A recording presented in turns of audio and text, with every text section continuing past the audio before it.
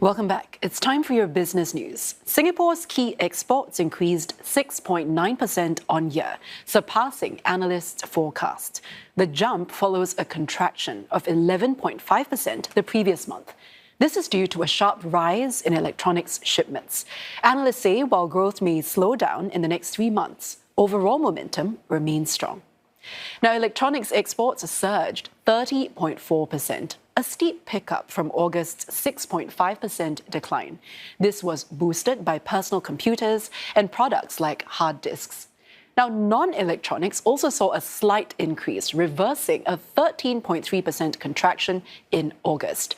The increase is largely due to non-monetary gold and specialized machinery.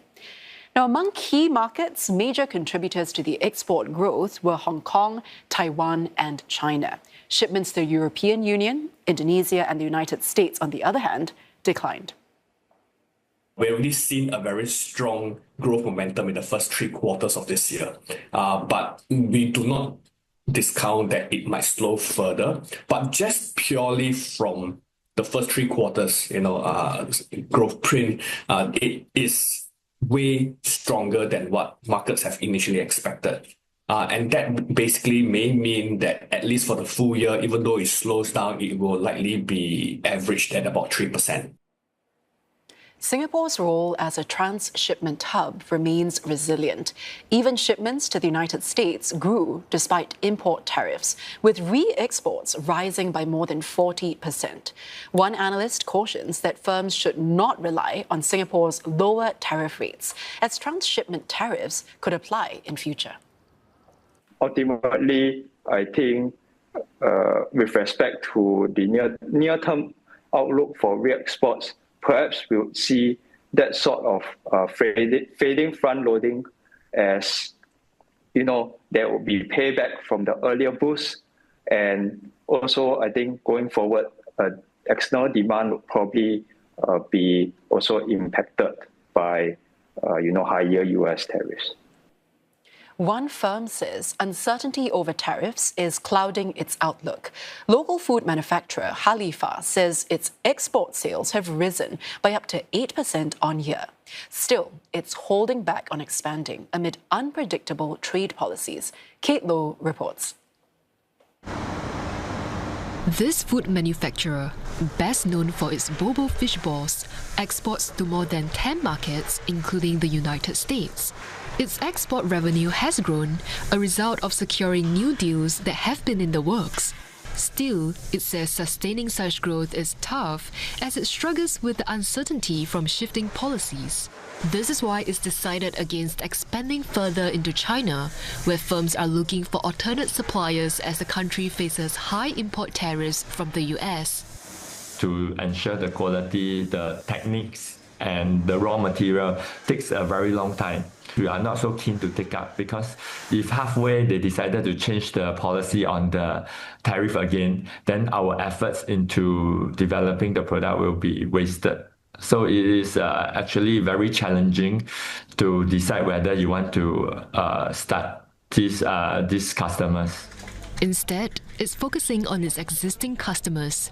It has factories in Singapore and Malaysia where it's considering shoring up its business due to lower costs. But the firm is reviewing future investments more cautiously. When we invest, we have to consider which factory to invest into and the long-term impact of that. So previously, it was simpler in a way that we follow the cost structure. Whichever cost structure is lower, we will tend to invest more in that area. But now it seems that cost structure alone may not be the main consideration. You have to consider like policy, regulation, and even taxes now. He says that while Malaysia remains cheaper, Singapore's wider network of trade agreements could be what keeps it competitive in the long term. And for more analysis, we're joined by Tay Qi Hang, who is an Asia analyst at the Economist Intelligence Unit. Qi Hang, thanks for joining us today.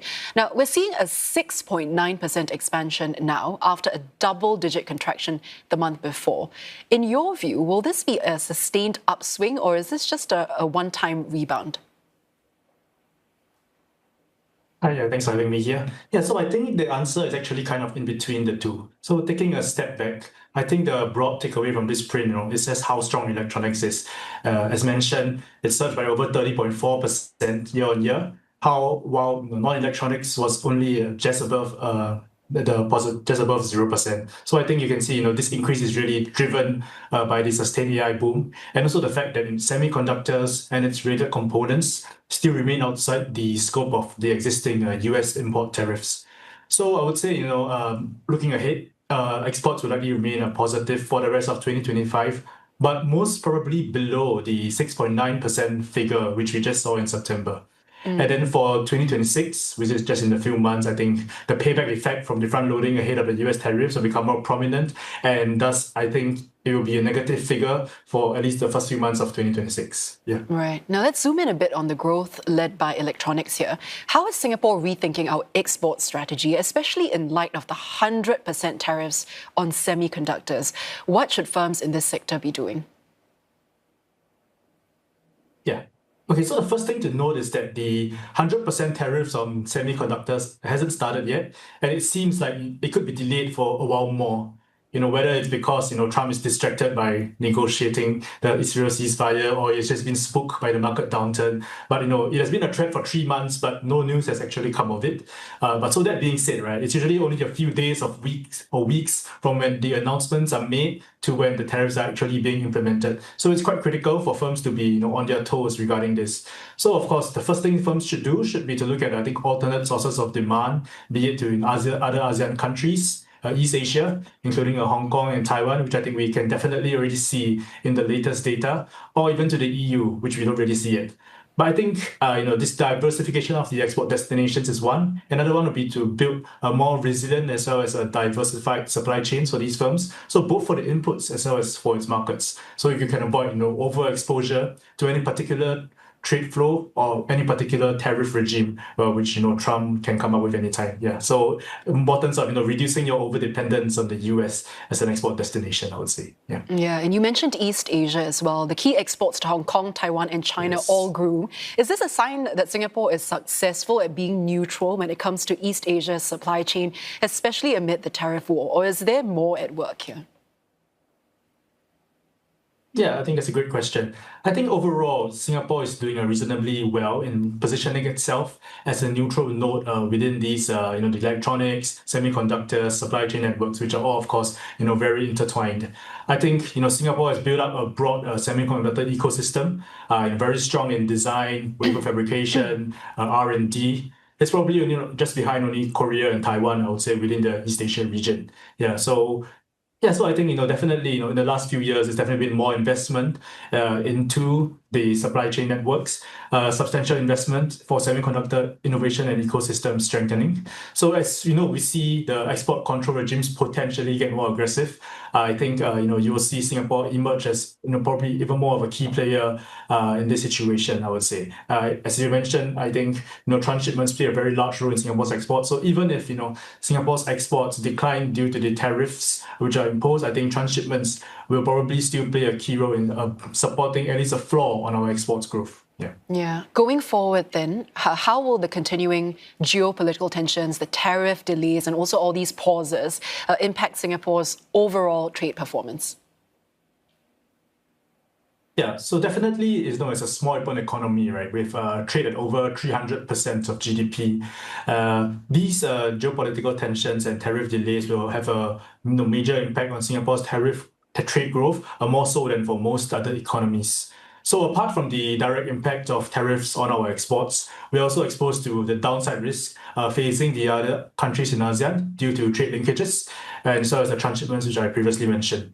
Another key factor also is uncertainty in investment. So not just to trade, but also to investment, because companies will be reluctant to set up their manufacturing plants and their production facilities if they fear a sudden spike in tariffs just after they build these facilities.